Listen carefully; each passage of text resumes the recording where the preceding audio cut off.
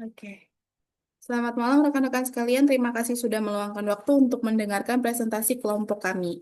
Pada kesempatan kali ini, kelompok kami akan membahas topik cyber security dan perlindungan data dalam layanan fintech yang disusun oleh Ananta Rizky Tigorda dengan NIM 233530006, yang kedua Kak Afifah Mawalia dengan NIM 233530013. Selanjutnya ada Aulia Fajri Hidayat dengan NIM 232560001. Selanjutnya adalah Muhammad Iqbal Zidan Ramadan dengan NIM 2435503. Selanjutnya ada Kadikta Oktavianti dengan NIM 233560009. Selanjutnya ada Kak Patria Abdi dengan NIM 243553005. Di sini kita akan membahas 6 topik utama. Yang pertama adalah tantangan utama, yang kedua strategi keamanan, yang ketiga peran teknologi, yang keempat studi kasus, kelima rekomendasi, dan keenam kesimpulan. Sebelum masuk ke materi, saya akan menjelaskan sedikit mengenai pendahuluan.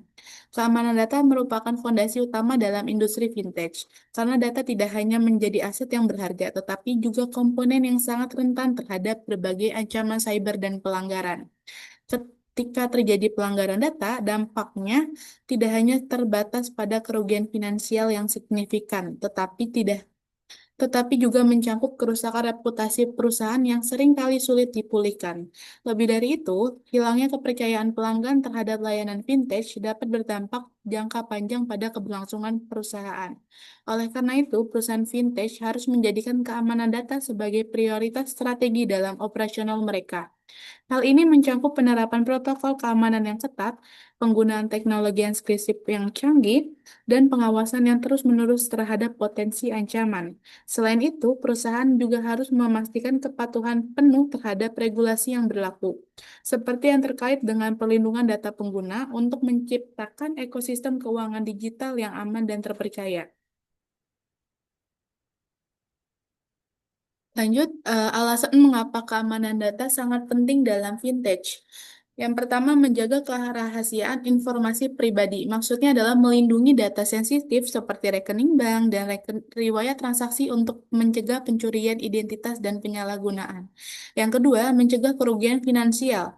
Yang maksudnya adalah menghindari kebocoran data yang dapat menyebabkan penipuan dan kerugian uang bagi pengguna serta perusahaan. Yang ketiga adalah membangun kepercayaan pelanggan. Maksudnya adalah keamanan data meningkatkan kepercayaan pelanggan. Jika data tidak aman, pelanggan bisa beralih ke pesaing. Selanjutnya, memenuhi regulasi. Adalah kepatuhan terhadap peraturan perlindungan data, menghindarkan perusahaan dari sanksi dan denda. Terakhir, menjaga reputasi perusahaan. Pelanggaran data merusak reputasi dan memerlukan waktu serta biaya besar untuk pemulihan. Langkah-langkah keamanan adalah enkripsi data. Maksudnya adalah membantu melindungi data saat sedang disimpan dan saat sedang ditransmisikan. Selanjutnya adalah kontrol akses. Adalah membatasi akses ke data hanya bagi mereka yang memiliki akses yang sah. Selanjutnya adalah penggunaan autentikasi multifaktor. Maksudnya adalah menambahkan lapisan keamanan tambahan dengan mengharuskan pengguna untuk memberikan lebih dari satu bentuk identifikasi. Selanjutnya adalah penggunaan keamanan secara berkala.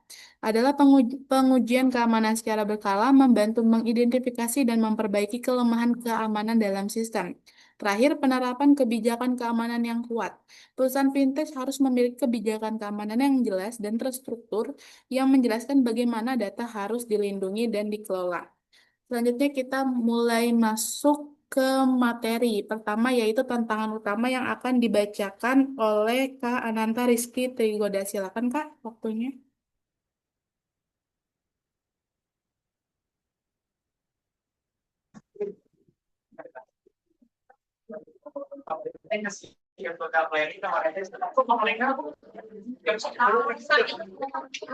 Keluar aja lah mas.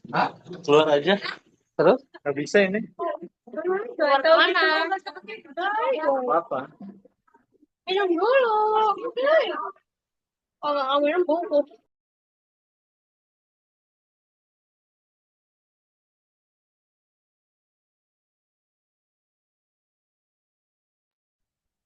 Eh, Pertama saya akan jelaskan tentang tantangan utama, yaitu jenis ancaman cyber. Yang kedua, kelemahan regulasi. Yang ketiga, minimnya literasi digital.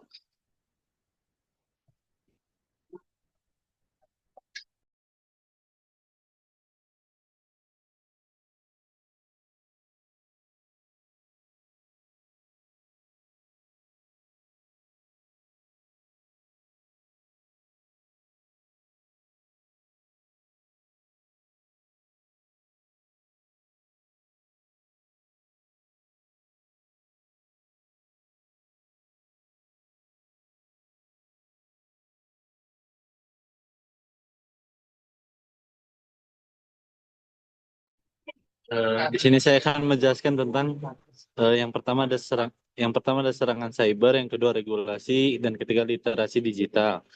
Serangan cyber terdiri dari 5 poin, yaitu yang pertama phishing, yaitu upaya penipuan untuk mendapatkan informasi pribadi seperti username, password, dan informasi keuangan. Yang kedua adalah malware, perangkat lunak jahat dapat merusak sistem, mencuri data, atau mengganggu kinerja komputer. Yang ketiga adalah ransomware, serangan cyber yang menginskripsi data korban dan menuntut uang tebusan untuk mengembalikan. Yang keempat ada DDoS atau Distribute Denial of Service, yaitu serangan yang membuat layanan online menjadi tidak tersedia dengan membanjiri server dengan lalu lintas. Yang kelima ada social engineering, yaitu manipulasi psikologis korban untuk mendapatkan informasi pribadi.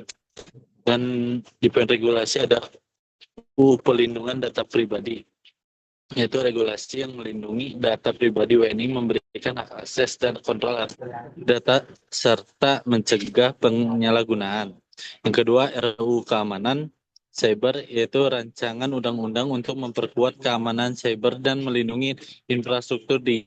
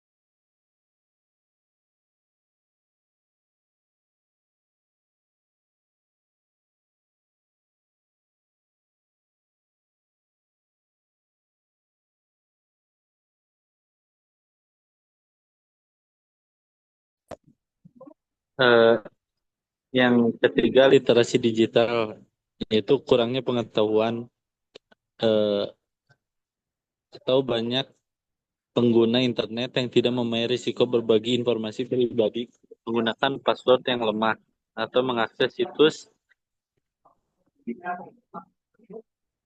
dan aplikasi yang tidak terpercaya. Yang kedua, kurangnya keterampilan. Masyarakat kurang memiliki keterampilan dalam memilah informasi yang relevan, berpikir kritis, dan menggunakan teknologi dengan aman.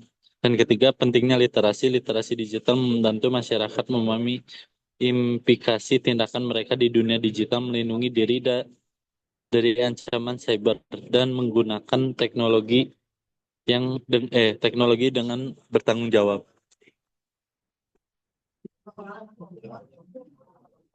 Selanjutnya untuk materi kedua dilanjut Kak Afifah. Silakan Kak Afifah. Materi kedua itu ada strategi keamanan. 1. Enkripsi data. 2. Autentikasi 2 faktor. Yang ketiga, sistem deteksi ancaman. Dan yang keempat, ada regulasi. Strategi keamanan. Yang pertama ada enkripsi data. Enkripsi data menggunakan algoritma enskripsi yang kuat untuk melindungi data sensitif seperti informasi kartu kredit dan data keuangan. Yang kedua ada enskripsi transaksi menggunakan protokol keamanan seperti SSL atau LS untuk melindungi transaksi keuangan online. Yang kedua ada regulasi. Kepatuhan terhadap regulasi memastikan bahwa layanan fintech mematuhi regulasi keamanan data dan keuangan yang berlaku, seperti GDPR dan PCI DSS. Yang kedua ada pengawasan dan audit. Melakukan pengawasan dan audit secara teratur untuk memastikan bahwa sistem keamanan berfungsi dengan baik. Yang ketiga ada autentikasi dua faktor. Autentikasi dua faktor menggunakan autentikasi untuk verifikasi identitas pengguna dan mencegah akses tidak sah. Autentikasi biometrik menggunakan seperti sidik jari atau pengenalan wajah untuk meningkatkan keamanan. Yang terakhir ada deteksi ancaman. Sistem deteksi intrusi menggunakan sistem deteksi intrusi untuk mendeteksi dan mencegah serangan keamanan. Yang kedua ada analisis log, melakukan analisis log untuk mendeteksi aktivitas yang mencurigakan dan mengidentifikasi potensi ancaman. Yang terakhir ada penggunaan AI dan machine learning, menggunakan teknologi AI dan machine learning untuk mendeteksi pola serangan dan meningkatkan keamanan. Dilanjut materi ketiga, peran teknologi oleh Kak Dita, maaf. Silakan Kak Dita. Baik, untuk peran teknologi, slide-nya, Kak. Baik, peran teknologi dari AI yaitu analisis data. AI dapat digunakan untuk menganalisis data keuangan dan mengidentifikasi pola yang dapat membantu dalam pengambilan keputusan. Deteksi penipuan. AI dapat digunakan untuk mendeteksi penipuan dan aktivitas mencurigakan dalam transaksi keuangan. Lalu selanjutnya untuk pelayanan pelangganan, AI dapat digunakan untuk meningkatkan pelayanan pelanggan dengan menggunakan chatbot atau asisten virtual. Lalu ada blockchain. Blockchain di sini transaksi yang aman. Blockchain dapat digunakan untuk meningkatkan keamanan transaksi keuangan dengan menggunakan teknologi ledger yang terdesentralisasi. Lalu ada transparansi. Blockchain dapat meningkatkan transparansi dalam transaksi keuangan dengan menyediakan catatan yang tidak dapat diubah. Kontrak pintar. Blockchain dapat digunakan untuk membuat kontrak pintar yang dapat mengotomatisasi proses bisnis. Ada tokenisasi, representasi digital. Tokenisasi dapat digunakan untuk membuat presentasi digital dari aset keuangan seperti saham dan obligasi. Transaksi yang efisien. Tokenisasi dapat meningkatkan efisiensi transaksi keuangan dengan memungkinkan transaksi yang lebih cepat dan lebih murah. Lalu ada akses yang lebih luas. Tokenisasi dapat meningkatkan akses ke aset keuangan dengan memungkinkan investor untuk membeli dan menjual token yang mewakili aset keuangan. Terima kasih. Dilanjut studi kasus oleh Kak Iqbal. Silakan Kak Iqbal. Baik, keempat studi kasus berbagi dua pelanggaran data dan solusi yang diimplementasikan. Studi kasus itu ada pelanggaran data. Seorang hacker berhasil masuk ke dalam sistem database melalui celah keamanan di API publik yang tidak dienkripsi dengan baik. Nampaknya menurunnya kepercayaan pengguna. Cashless Now mengalami penurunan kepercayaan yang signifikan dari penggunaannya akibat insiden penipuan dan phishing. Ribuan penggunaan menjadi korban pencurian data pribadi yang menyebabkan keresahan dan hilangnya rasa aman. Solusi yang diimplementasikan terbagi tiga, yaitu audit keamanan menyeluruh, yaitu melibatkan tim IT independen. Implementasi two-factor authentic digunakan untuk memastikan akun pengguna tetap aman meskipun kredensial mereka bocor. 3. Ekskripsi end-to-end digunakan untuk memastikan bahwa data pelanggan tetap berlindung bahkan jika terjadi pencurian data. Pelanggaran data yang kedua, data yang bocor mencakup nama lengkap, alamat email, nomor HP, nomor rekening, dan saldo pengguna. Dampaknya yaitu dampak regulasi dan hukum. Solusi yang diimplementasikan, pelaporan dan edukasi pengguna. Yang kedua, transparansi kepada pengguna. Pelanggaran data yang ketiga, hacker menjual data tersebut di forum dark web. Dampaknya penurunan operasional aplikasi, solusi yang diimplementasikan kerjasama dengan OJK dan BSSN.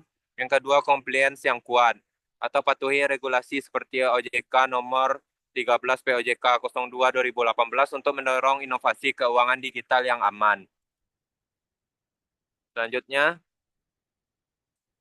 Baik, selanjutnya dilanjut oleh Kak Abdi membaca rekomendasi dan saran. Oke, selanjutnya poin 5 yaitu rekomendasi atau saran. Rekomendasi atau saran dibagi menjadi 3. Yang pertama untuk perusahaan vintage, untuk pemerintah, dan untuk pengguna. Untuk perusahaan, investasi berkelanjutan dalam teknologi keamanan. Maksudnya adalah perusahaan perlu berinvestasi dalam teknologi seperti enkripsi data, firewall canggih, sistem deteksi ancaman, dan autentikasi 2 faktor. Teknologi ini melindungi data pengguna dari potensi kebocoran dan ancaman cyber yang terus berkembang. Audit rutin untuk keamanan sistem. Maksudnya adalah melakukan evaluasi keamanan secara berkala untuk mengidentifikasi celah dan potensi ancaman cyber. Audit ini mencakup pembaruan sistem yang sudah usang serta simulasi serangan untuk menguji kesiapan infrastruktur keamanan. Yang kedua adalah pemerintah, peningkatan regulasi dan standar keamanan, yaitu regulasi seperti Undang-Undang Perlindungan Data Pribadi atau UU PDP perlu ditegakkan dengan pengawasan ketat agar perusahaan vintage memprioritaskan keamanan data. Selain itu, pemerintah dapat mendorong standar keamanan baru yang relevan dengan perkembangan teknologi. Insentif untuk teknologi dan infrastruktur digital, yaitu memberikan subsidi atau keringanan pajak kepada perusahaan vintage yang berkomitmen pada perlindungan data melalui inovasi teknologi. Insentif juga dapat mencakup pendanaan untuk penelitian dan pengembangan solusi cybersecurity lokal. Dan yang terakhir adalah pengguna. Peningkatan literasi cyber melalui edukasi. Maksudnya adalah kampanye publik yang memberikan edukasi tentang keamanan cyber seperti mengidentifikasi phishing, memiliki aplikasi terpercaya, dan memahami perlindungan data. Pengguna yang sadar risiko dapat lebih proaktif melindungi informasi mereka. Menggunakan aplikasi resmi dan menjaga informasi pribadi. Yaitu pengguna wajib menggunakan aplikasi vintage resmi dengan lulusan terpercaya. Selain itu, mereka harus berhati-hati dengan informasi sensitif seperti password, PIN, dan nomor kartu kredit, serta menghindari berbagai informasi tersebut di platform yang tidak aman. Selanjutnya,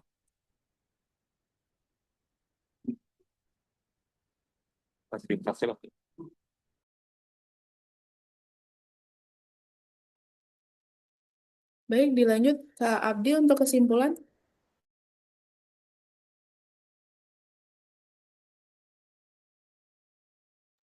selanjutnya untuk kesimpulan yang dapat kita ambil dari pembahasan di sini adalah vintage berkembang pesat dan membawa banyak manfaat, seperti kemudahan akses layanan keuangan dan efisiensi transaksi. Namun, pertumbuhan ini juga menghadirkan tantangan, terutama terkait keamanan data, perlindungan konsumen, dan potensi penyalahgunaan teknologi. Nah, untuk mengatasi tantangan tersebut, diperlukan sinergi antara berbagai pihak, termasuk regulator, pelaku industri, perbankan, akademis, dan masyarakat. Sinergi antara berbagai pemangku kepentingan seperti pemerintah, regulator, pelaku industri vintage, lembaga keuangan tradisional, serta masyarakat merupakan kunci utama dalam membangun ekosistem vintage yang aman, sehat, dan berkelanjutan. Kolaborasi ini memungkinkan terciptanya regulasi yang adaptif, pengawasan yang efektif, inovasi yang bertanggung jawab, serta peningkatan literasi dan kepercayaan masyarakat terhadap layanan keuangan digital. Dengan bekerja bersama, semua pihak dapat mengantisipasi risiko, menangkal potensi penyalahgunaan, dan mendorong pertumbuhan sektor vintage yang inklusif serta memberikan manfaat luas bagi ekonomi nasional. Baik, sekian terima kasih atas perhatian dan kesempatannya. Semoga materi ini bermanfaat dan dapat menjadi langkah bagus untuk kita semua. Sekian dari kelompok 3. Selamat malam.